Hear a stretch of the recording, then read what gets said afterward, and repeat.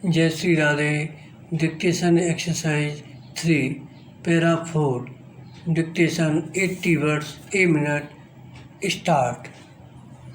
She was 13 years old when her mother had died and she had gone to live with a relation who worked as a housekeeper in a small boarding house at the seaside Philistop.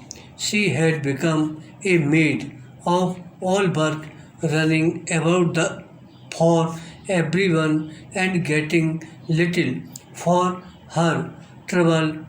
Philistop. After 2 years, the owner of the boarding house, who was very old, had died, but the two of them, she and her relation, just kept on working in the same way.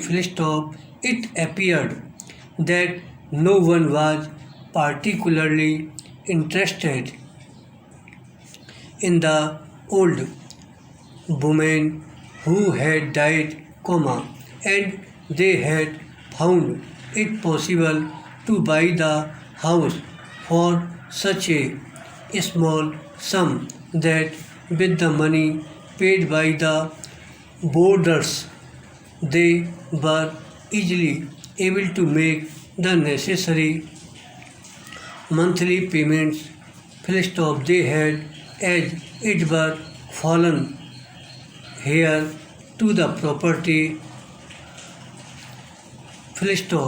They kept the place very clean, and they gave the boarders good food and enough of it, and as the years passed, they were able to buy the house next door and the house next door to that, until in the end Highview became quite an important building. The property had become her own 15 years ago. She had never married like other women because the boarding house has been her life. Now she was growing old and there was no one to whom she could leave the place. It was better sold to a young woman who would love it as she had done and would take good care of the boarders.